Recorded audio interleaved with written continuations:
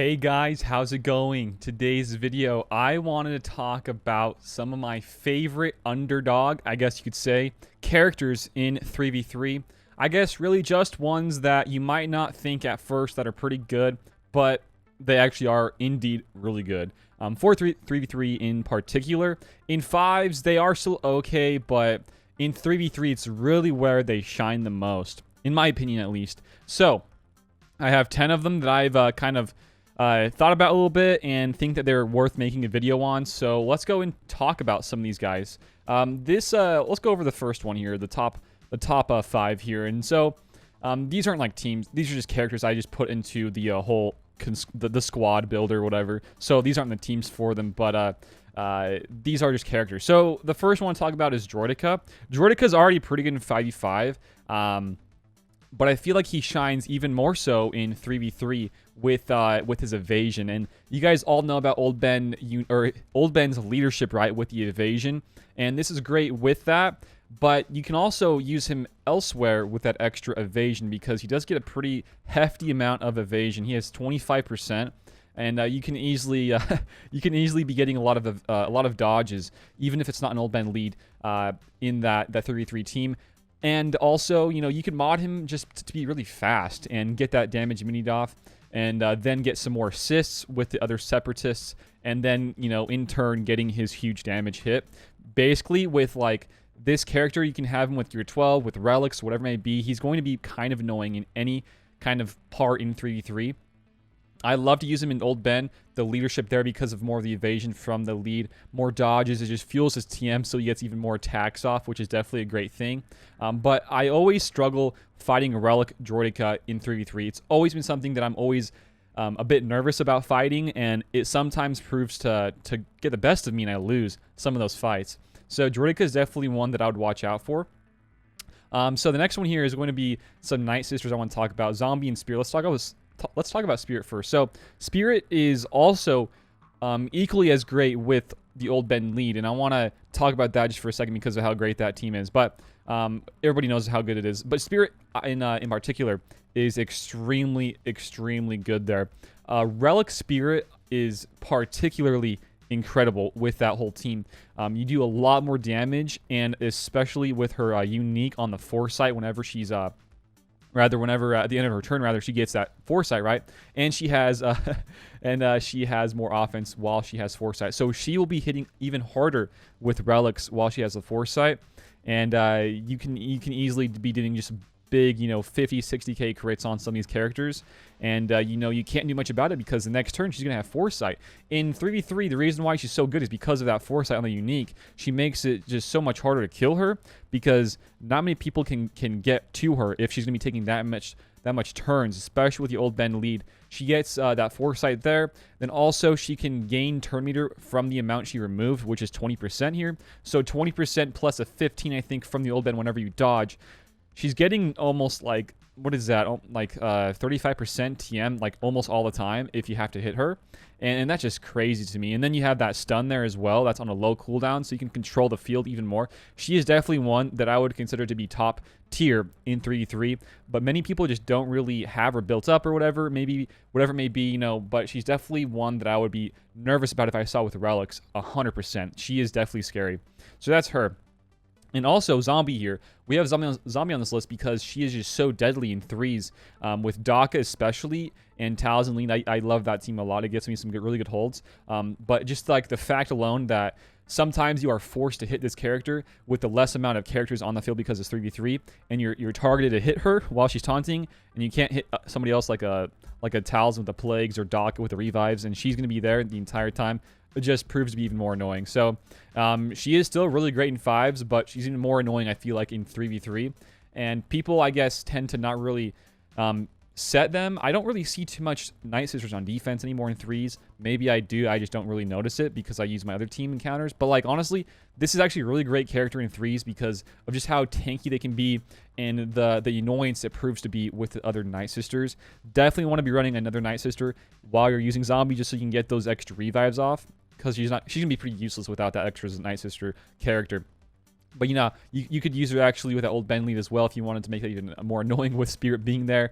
That's a pretty annoying team. But just in general, Zombie is always going to be great in threes because of her extra revives and her taunt. Is it going to be just super annoying to go around? So that's her. One I wanna bring to the table here is Biggs. So Biggs is pretty great here. I have lost a number of battles with trying to use EP Vader versus this team with Mon Mothma on the lead, just because of Biggs. He has 100% TM gain whenever you crit him or if an Empire is hitting him. So 2 different ways of getting 100% turn meter there, and also he gets evasion for 4 turns as well as that turn meter gain. So like evasion up is I think 25% chance to dodge, and that's crazy, guys. That is so crazy to me that this guy has that. He's not the greatest in 5s because there's a lot better Rebel fighters or just Rebels in general, but like you can toss him in with Mon Mothma and I'm sure you'll get some holds. Also, you can use him on the offensive to counter some teams as well, but like honestly, anywhere you want to use him, he's going to be top tier just because of that little unique here, as well as his cooldown on his special with the assist is extremely low, so you can get even more assists off on the field. So that's him, Biggs. And then we got Barris.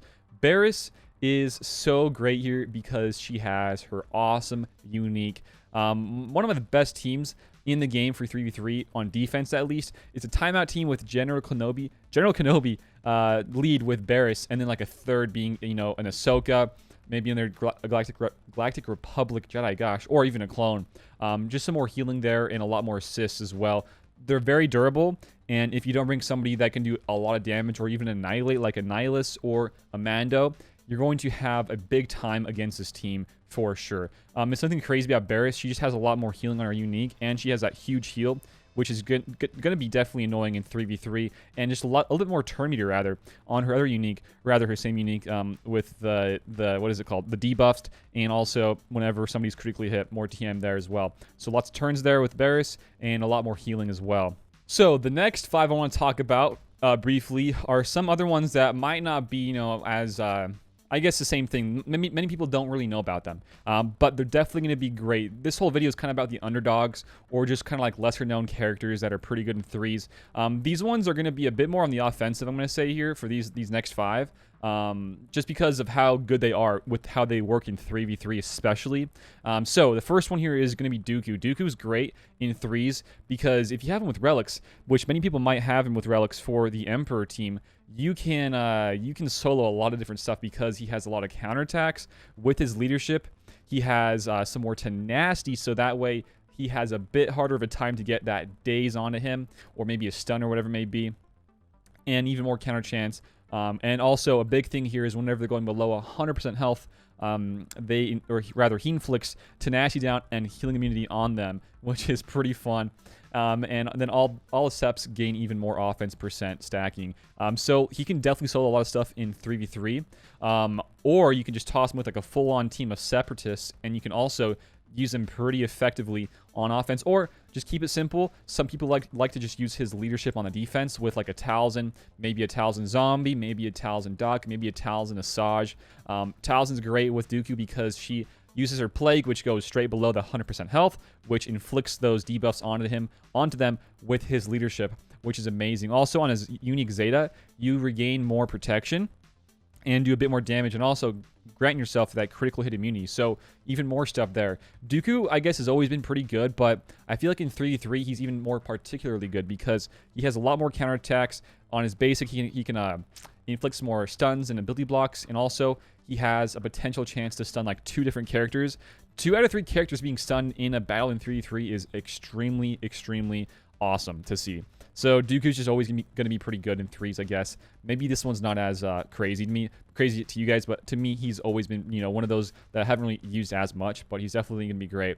The next one here is going to be SWGoH. This guy is mainly here for offense if you want to clean up a character, like a Malik maybe, but this guy on defense with some more Sith is crazy. His lead is actually pretty powerful. He has some more defense, which is crazy. 75% more defense with the Sith and 30% more tenacity. Other allies gain half of that, which is still pretty good. But that defense with Sith is mind-boggling. I know I don't like splitting up Darth Revan, Malik, and BSF in 3v3, but I used to actually be like this. If you are like how this is and you have like just some really low gear BSFs and Darth Revens, but your Malic's pretty high relic, or maybe gear 12 or whatever it may be, and you don't really like them, or maybe they're not as strong together as that 3 should be, well, you can always, you know, use a SWG lead with Malik and like a different Sith as well, just to have some more defense with your Malik and make him a bit more tanky. I mean, SWG himself is a pretty durable character. He's also a tank, and he can do some nice damage. But this is this one special that can kill, pretty much instantly defeat somebody whenever they are below 50% health. And that's always good to have in 3s when you're going to be needing to clean up somebody like a Malik. But he's definitely great on the defense as well. If you want to use some more Sith as well, defense percent's pretty crazy high there on his lead. So that's him, SWG Opress. Definitely great one there. This next one is going to be Vet Han. This guy can double tap on his basic, and he can potentially stagger and then also hit that stagger off. So they go back to no turn meter, which is awesome. It says here, you know, you have that percent chance to attack again, and then it's doubled if the target is debuffed, and he also inflicts stagger for 2 turns whenever he attacks. So you can get some easy turn meter reduction there on his basic. And then also in 3s, he can do this, which is, I mean, he can do this in 5s as well, but it's better in 3s, I feel like, because of what it can do. You can stun the primary target and then inflict ability block on the other enemies. That's for 1 turn, but that's a pretty low cooldown of 3, and you can cycle back to that even easier if you keep using your basics to lower their turn meter over and over again. It's crazy good, guys. Crazy good. And then you have here on his unique some more crit chance, some more hell steal, especially great in 3s. If you want to use the other vet Chewie, which is definitely recommended, you have some more of this extra bonuses as well. And then of course his swindle, which is pretty great Zeta here, I would say. Whenever he gains a stats effect, he gains some more armor penetration, and also that counter chance. So I mean, he's going to have some nice bonuses here. He is so great in 3s. You can use him with a JTR lead. You could use him with an OG Finn lead. You can use him with really any resistance lead, I'd say. And you get that extra staggers off, which is huge. Definitely something that I would look into for sure in 3v3. And then also here, let's talk about some Zalbar. And we'll save one of my favorites for last. Zalbar is great in 3s. I would say a bit more than 5s, because he is going to be getting hit a bit more. And one of the best things about this character is that he gains 20% defense stacking each time he is taking damage for 1 turn. So he has crazy damage built, or crazy defense built up every single time you want to hit him. And then to add to that, he has even more chances to taunt whenever somebody falls below 100% health. So like, this guy is a taunting machine. He is so durable. On top of that, if you want to use mission here, you get even more assists, some more protection regain from those debuffs, rather the damage over time effects. But just like really insane of a taunt here. Especially great with the GL Ray, because she uses Lifeblood first. It grants him that taunt, and he's going to get that Lifeblood as well. He's even more durable in 3v3. So just something I would look into is Zalbar.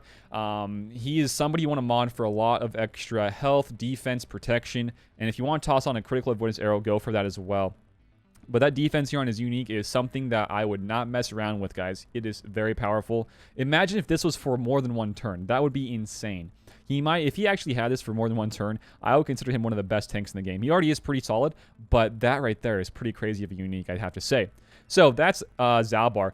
And then the last one here I want to talk about, guys, is going to be Rolo, Rebel Officer Leia Organa. So her lead is extremely great in 3s, not so great in 5s, but in 3s you get some more tenacity with all rebels and some more critical chance. And then also it says here, whenever a rebel ally takes damage from an Empire enemy, they have a 50% chance to gain foresight for 2 turns.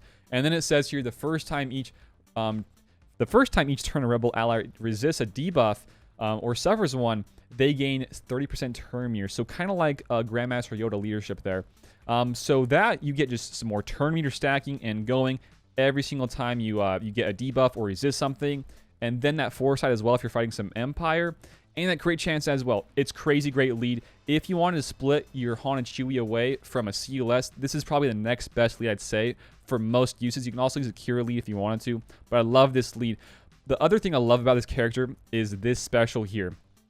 Rebel Barrage is so powerful in 3v3, especially if you had to get a relic Rolo for the Luke. you deal damage to 10 times to random enemies. So in threes, you have more of a chance to hit those people you want to hit with this AoE. And then it says enemy struck more than once, get ability blocked, and then it says this ability's cooldown is reduced by 1 whenever she scores a critical hit or suffers a debuff. So if you mod her for a lot more critical chance, especially from her leadership critical chance, she can use this a lot more times in 3v3 and just do crazy amounts of damage, guys. She can do some big stuff. You don't even have to use her with Han and Chewie. You can probably use her with some other rebels, like her lead with the Wigs, guys.